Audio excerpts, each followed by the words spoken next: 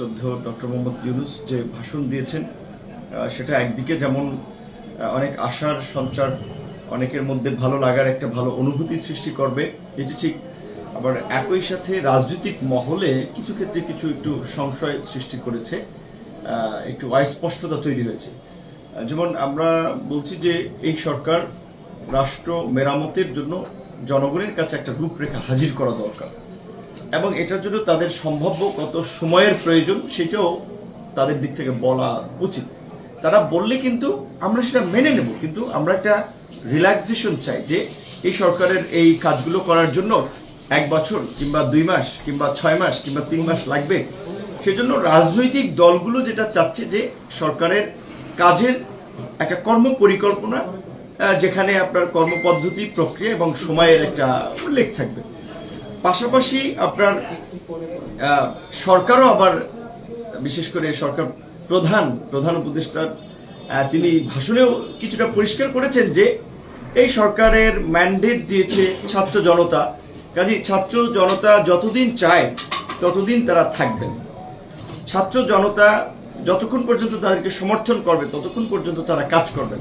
ছাত্র জনতা যেই ধরনের পরিবর্তন চায় তারা সেই পরিবর্তনগুলো করবে।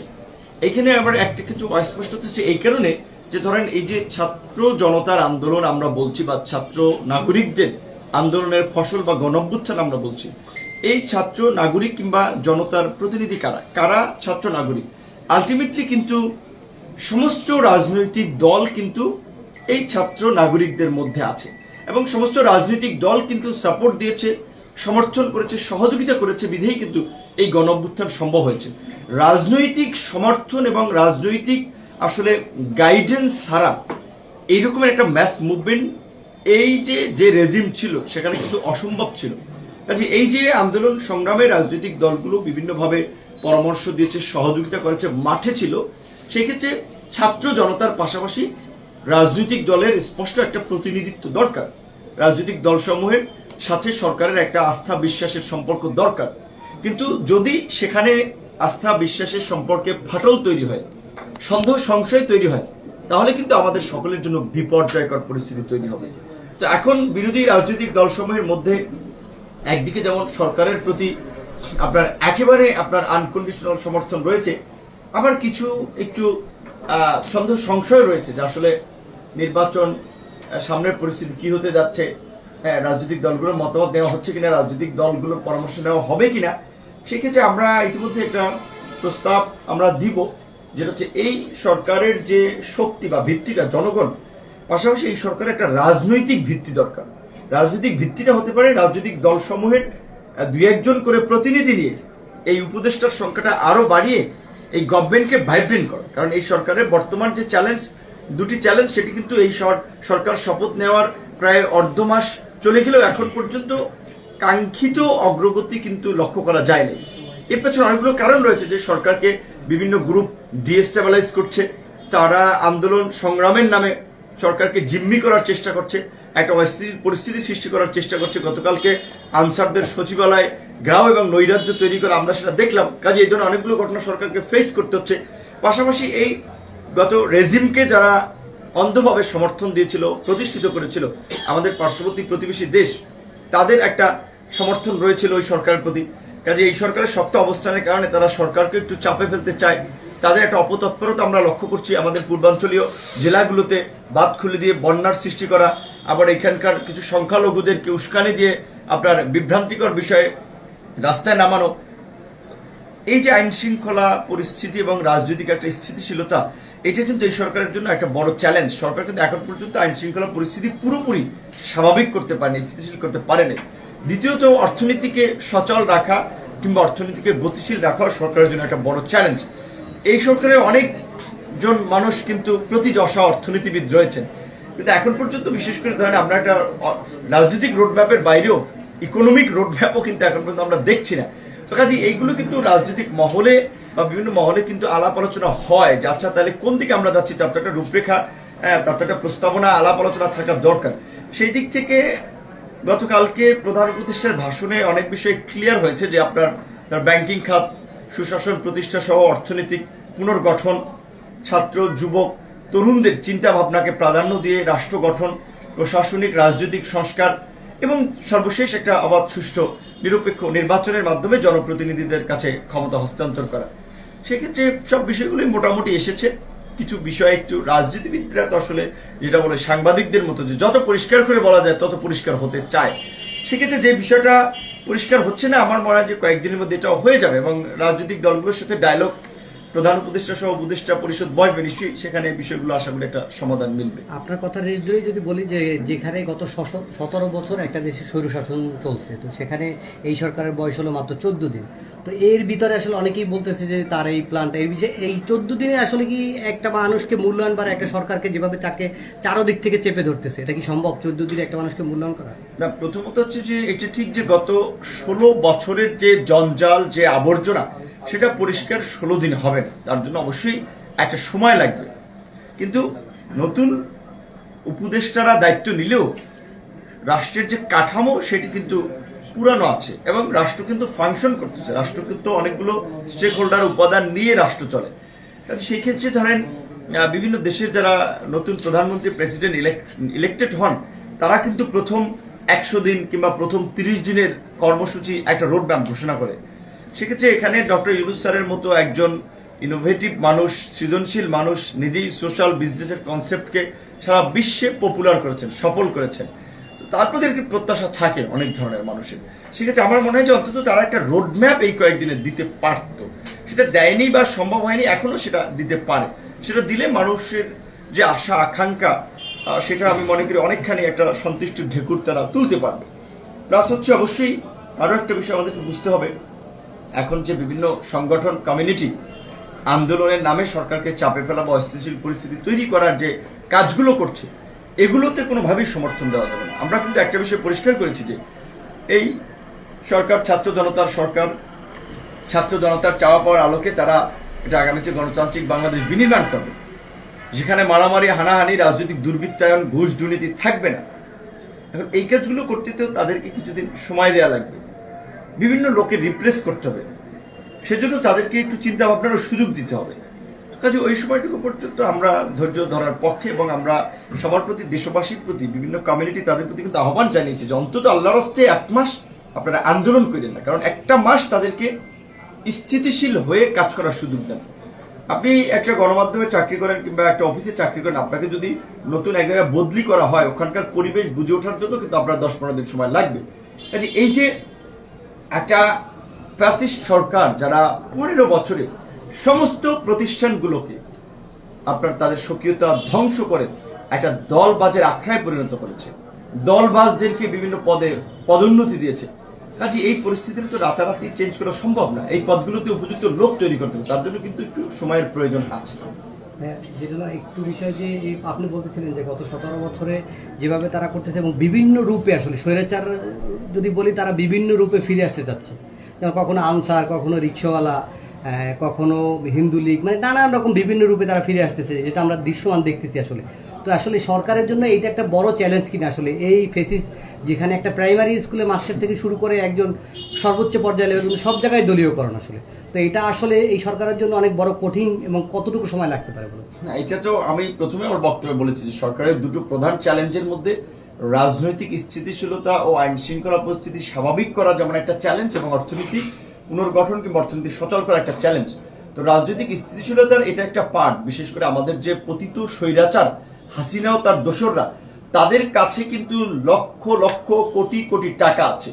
প্রত্যেকটা এমপি মন্ত্রী গত 3টা টার্ম এমপি হয়েছে, মন্ত্রী হয়েছে, সচিব হয়েছে, ব্যবসায়ী হয়েছে, বসুন্ধরা কিংবা এসালমের মতো মাফিয়া ব্যবসায়ী গোষ্ঠী তৈরি হয়েছে, যারা সরকারকে হাজার হাজার কোটি টাকা ডোনেশন দিয়ে সরকারকে এই দুর্বৃত্তায়ন ঘটাতে সহযোগিতা করেছে, সরকারকে বেপরোয়া হতে সহযোগিতা করেছে। কাজেই এই মাফিয়া ব্যবসায়ীদের বিরুদ্ধে যদি ব্যবস্থা না নেওয়া হয়, এই দুর্নীতিবাজ আমলা, এমপি, মন্ত্রীদের বিরুদ্ধে যদি পদক্ষেপ না নেওয়া হয়, তাহলে এই যে এদের কাছে টাকাগুলো আছে, এই টাকা কি করবে? তারা এই পতিত স্বৈরাচারকে পুনঃস্থাপন করার কাজে ব্যয় করবে। আর স্বাভাবিকভাবেই বাংলাদেশের মতো একটা থার্ড ওয়ার্ল্ড কান্ট্রিতে, দুর্নীতিগ্রস্ত সমাজে টাকা পয়সা দ্বারা মানুষ প্রভাবিত হয়। কাজেই এই যে কালো টাকা উদ্ধারে যদি অভিযান না চালানো হয়, দুর্নীতিবাজ, অসৎ, দলবাজ, আমলা, সরকারি কর্মকর্তা, কর্মচারী এবং বিনা ভোটের এমপি এদেরকে যদি গ্রেপ্তার করে বিচারের মুখোমুখি করা না হয় তাহলে কিন্তু এরা সরকারকে অস্থিতিশীল করবে। এই যে ধরেন সেনাবাহিনী যে একটা তথ্য প্রকাশ করেছিল যে আপনার 600-র উপরে তাদের কাছে প্রাণ রক্ষার জন্য আশ্রয় নিয়েছে, সেনা ছাউনিতে কারা আশ্রয় নিতে গেছে? নিশ্চয়ই যারা এতটা অপকর্ম করেছে যে তারা জানে যে রাস্তায় যদি জনগণ পায় তাদেরকে পিষে ফেলবে। তাহলে এই কারা 600-র অধিক যে আশ্রয় নিয়েছিল এই তালিকাটা সেনাবাহিনীর প্রকাশ করা উচিত এবং সেই তালিকা ধরে পুলিশের গ্রেপ্তার অভিযান চালানো উচিত, বিচারের মুখোমুখি করা উচিত। কেন, কি অপরাধ তারা করেছিল যে জনগণ থেকে তারা পালিয়ে সেনা ছাউনিতে আশ্রয় নিয়েছিল? তো এই পদক্ষেপগুলো যদি না নেওয়া হয় তাহলে কিন্তু দেশকে অস্থিতিশীল করবে এবং সরকার একটা বিপদের মুখে পড়বে, সরকার টিকতে পারবে না। এখন ধরেন ইউনূস স্যারের মতো ব্যক্তি অত্যন্ত ভদ্র, বিনয়ী এবং তার যে অবস্থান, তার যে মর্যাদা বাংলাদেশের মতো তৃতীয় বিশ্বের যে কোনো রাষ্ট্রের প্রধানের চেয়ে তার মর্যাদা বর্তমানে অনেক উপরে। কাজে তিনি যদি দেখেন যে রাজনৈতিক চাপ তৈরি হচ্ছে, দেশকে তিনি কন্ট্রোল করতে পারছেন না, তাহলে তো তিনি স্বাভাবিকভাবেই সুন্দরভাবে চলে যাবেন। সেই ক্ষেত্রে এই যে আমাদের যে কাঙ্ক্ষিত পরিবর্তন সেটা কিন্তু সম্ভব হবে না। এখন ইউনূস স্যার তো চাইলেই সবকিছু একা সামাল দিতে পারবে না, তার জন্য একটা ভাইব্রেন্ট, একটা কর্মঠ, একটা সৎ, সাহসী, ভিশনারি টিম দরকার। উপদেষ্টাদের মধ্যে অনেকেই আছেন, কিন্তু এই সরকার তো একটা পলিটিক্যাল বা পলিটিক্সের পার্ট। কাজে পলিটিক্যাল পার্টিকে বাইপাস করে, পলিটিক্যাল পার্টিকে বাদ দিয়ে সরকার পরিচালনা সম্ভব নয়। যেহেতু একদিকে এই ফ্যাসিস্ট স্বৈরাচার হাসিনা ও তার দোসররা গত 16 বছর লুটপাট ভাগ বটারা করে বাংলাদেশকে একটা দুর্নীতির আখড়ায় পরিণত করেছে, সুশাসনের পরিবর্তে দুঃশাসন দেশে তৈরি করেছে।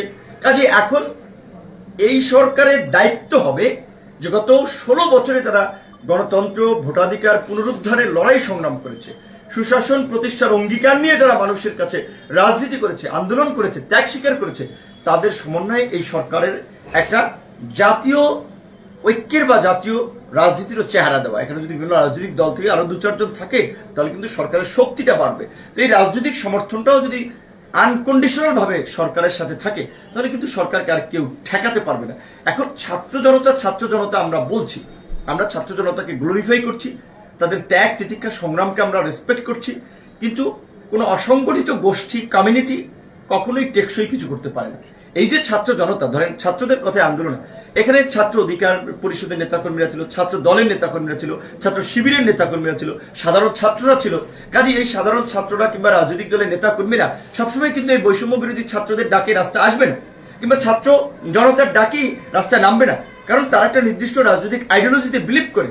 আর সাধারণ জনগণ ডেইলি কিন্তু আন্দোলন সংগ্রামে আসবে না, সপ্তাহে আসবে না, মাসে আসবে না। এই যে একটা রিয়ালিটি, তারা যখন একটা মোমেন্টাম ক্রিয়েট হয়, যখন একটা সেন্সেশন ক্রিয়েট হয়, তখন তারা কিন্তু রিয়াক্ট করে বা রাস্তায় নামে। তো কাজেই এই ছাত্র জনতা কিংবা শুধুমাত্র বৈষম্য বিরোধী ছাত্র আন্দোলন এই প্ল্যাটফর্মগুলো ডিপেন্ড করে কিন্তু সরকার পরিচালনা করা যাবে না। সরকার পরিচালনা করতে অবশ্যই এই যে 42টি রাজনৈতিক দল গত আপনার এই যে কয়েক বছর ধরে যুগপৎ আন্দোলন করে তারা রাষ্ট্র পুনর্গঠন, রাষ্ট্র সংস্কারের জন্য যে আন্দোলন করছে, আমি মনে করি তারা এই সরকারের একটা ভ্যানগার্ড হতে পারে, এই সরকারের একটা সহযোগী হতে পারে। তার জন্য এই রাজনৈতিক দলগুলো থেকেও আমি মনে করি যে কয়েকজন উপদেষ্টা নেওয়া দরকার। শেষ প্রশ্ন একদম, এটা হলো যে এই এর আগে আমরা দেখেছি বন্যা হলে বা কোনো দুর্যোগ হলে ত্রাণের সংকট হতো, আর এখন এই ছাত্রদের ডাকে বিষয়টা টোটালি উল্টো। ত্রাণ দেওয়ার লোকের জন্য মানুষ লাইন ধরতেছে, আগে ত্রাণ নেওয়ার জন্য লাইন ধরতেছে। কিন্তু বিষয়টা হলো যে এটার যে বন্টনটা, সুষ্ঠু বন্টনটা, আসলে আমি যেমন গতকালকে ফেনী থেকে আসলাম, সুষ্ঠু বন্টনটা হচ্ছে না। এখানে আমি নাম না বলি, একটা মহলে এখন আবার আগের মতো দেখা গেল যে তারা জোর করে এর কাছ থেকে নেওয়ার চেষ্টা করতেছে, এ দিবে, এর নাম এর অর্ধেক ভাগ করে দিতে হবে। এই বিষয়গুলো আসলে সরকারের নজর দেওয়া উচিত কিনা, এবং যারা বন্যা দুর্গত তাদের কাছে আসলে ত্রাণ ঠিক মতো পৌঁছাচ্ছে কিনা। ফেনীতে আমরাও গিয়েছিলাম, আমরা যেটা দেখেছি 2-3 তলা বিল্ডিং ও পানির নিচে, এবং আমরা এসেও বলেছিলাম যে ওখানকার প্রধান সমস্যা হচ্ছে সমন্বয় না থাকা। ঢাকা থেকে সারা বাংলাদেশ থেকে শত শত সংগঠন, ব্যক্তি পর্যায় থেকে কোটি কোটি টাকার ত্রাণ নিয়ে যাচ্ছে। দেখা যাচ্ছে যে যে এলাকার মানুষ পাচ্ছে ওই এলাকার মানুষই ঘুরে ঘুরে পাচ্ছে, আর অন্যরা পাচ্ছে না। আবার দেখা যাচ্ছে যে অনেকে ঢাকা থেকে আসলে ধরেন আমি বলবো যে আবেগেই তারা চলে গিয়েছেন, কোনো ধরনের প্রস্তুতি নাই, ওখানের সাথে যোগাযোগ নাই, ওখানে তারা কি করতে পারবে, কোথায় যেতে পারবে। 2 দিন ট্রাকে ত্রাণ নিয়ে অপেক্ষা করতেছে, বিতরণ করতে পারছে না, কারণ ত্রাণ বিতরণ করার জন্য তাদের ট্রলার প্রয়োজন, নৌকা প্রয়োজন, স্পিড বোটের প্রয়োজন, সেইটা তারা পাচ্ছে না, কারণ ওখানে তো এই ট্রলার ঘাট বা খেয়া ঘাট তৈরি হয়নি। যারা যাচ্ছে কিছু লোকজন কিছু স্পিডবোট ট্রলার সাময়িক ভাড়া করে নিয়ে যাচ্ছে, সেগুলো তারাই কাজে ব্যবহার করছে। কাজে ট্রলার স্পিডবোটের অভাবে ওই গাড়ি ওখানেই রাখতেছে, এবং দু একজনের সত্যিকার অর্থে ওই ফটোশুট করে ছবি টবি তুলে ভিডিও টিডিও করে সাইটে একটু দিয়ে চলে আসতেছে, তাতে কিন্তু প্রকৃত ভুক্তভোগীদের কাছে হেল্পটা যাচ্ছে না। আবার এদিকে পশুরাম, ফুলগাজী সহ সোনাগাজী এই সমস্ত যে দূরবর্তী উপজেলাগুলোতে, এইখানে কিন্তু রিমোট এলাকাগুলোতে আবার পাচ্ছে না। হয়তো ধরেন বাজার কেন্দ্রিক কিছু লোক দিয়ে আসছে, ওখানে ক্যামেরা আছে, ওইখানে কিছু লোকজন আছে, নেতা কর্মী দিয়েছে, ভিতর পর্যন্ত আবার কেউ জানে। তো এই জন্য আমরা কিন্তু ডিসি সাহেবকে একটা প্রস্তাব দিয়েছিলাম, একটা পরামর্শ দিয়েছিলাম যে ডিসি সাহেব যারাই ঢাকা থেকে ত্রাণ নিয়ে যাবে তিনি রিসিভ করবেন, এবং তার অফিস থেকে 2 জন প্রতিনিধি ওই ত্রাণ বা সহায়তা কমিটির সাথে ট্যাগ করে দিবেন যে, এবং এলাকা নির্ধারণ করে দিবেন যে আপনি সোনাগাজী দিবেন, আপনি ফুলগাজী দিবেন, আপনি রংপুর দিবেন, আপনি দিনাজপুর দিবেন, আপনি এই পাড়ে দিবেন। তাহলে হচ্ছে কি একটা সমন্বয় হচ্ছে, যাচ্ছে এই এলাকার মানুষ গতকালকে পেয়েছে, এই এলাকার মানুষ পায়নি, তাহলে কিন্তু একটা সুষম বন্টন হয়। সম্পদ বা এই যে সহযোগিতা কিন্তু অভাব নেই। ঢাকা বিশ্ববিদ্যালয় যে কর্মযজ্ঞ আমরা দেখেছি ছাত্রদের মাধ্যমে, নিঃসন্দেহে এইটা প্রশংসার দাবিদার। অত্যন্ত স্বস্তিদায়ক একটা বিষয় যে ছাত্ররা প্রায় 5-7 কোটি টাকার ত্রাণ সামগ্রী এবং নগদ টাকা তারা উত্তোলন করতে পেরেছে।